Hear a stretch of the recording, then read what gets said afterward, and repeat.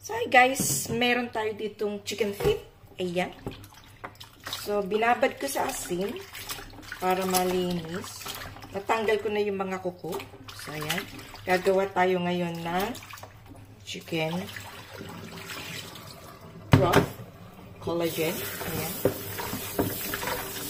So, banlawan lang natin.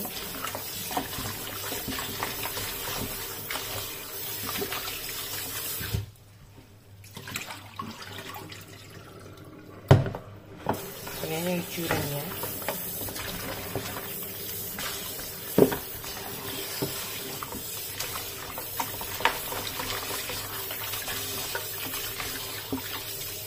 So, ayan guys. And then, i-transfer natin sa ating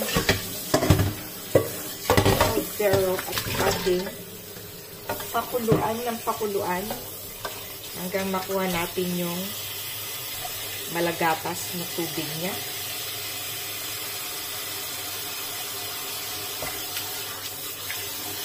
Ayan guys. At pakuluan natin. Isalang natin. So yun guys, nakasalang at pakuluan na lang natin. At i-check na lang natin every now and then. So ayan. So ayan, hantayin natin pakuluan ng pakuluan. Mga kalahating oras siguro pwede na yon.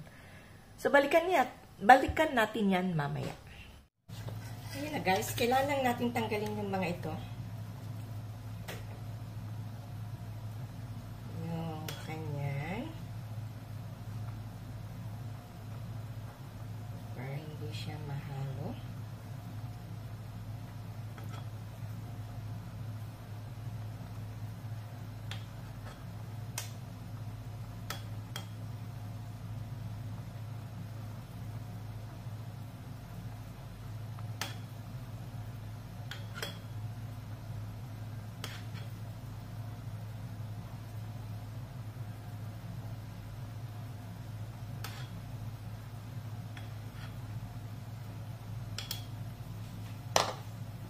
Okay. I-slow lang yung fire.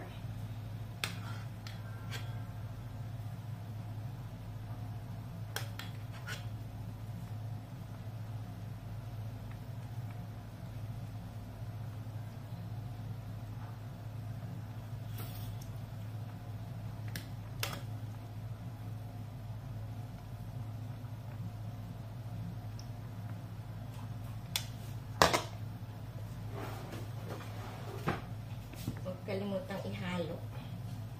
Haluin din.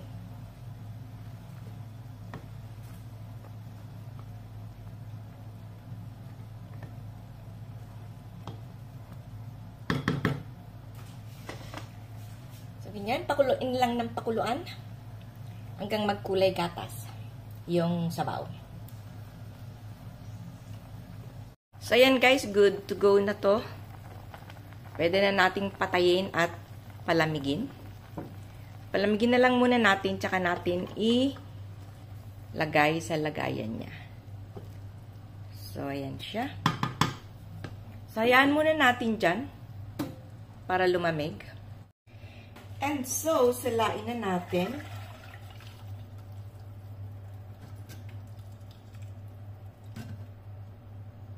So, ayan yung nakuha natin. So, ayan yung nakuha natin na collagen.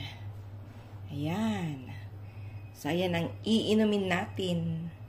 Palamigin lang natin and then ilalagay natin sa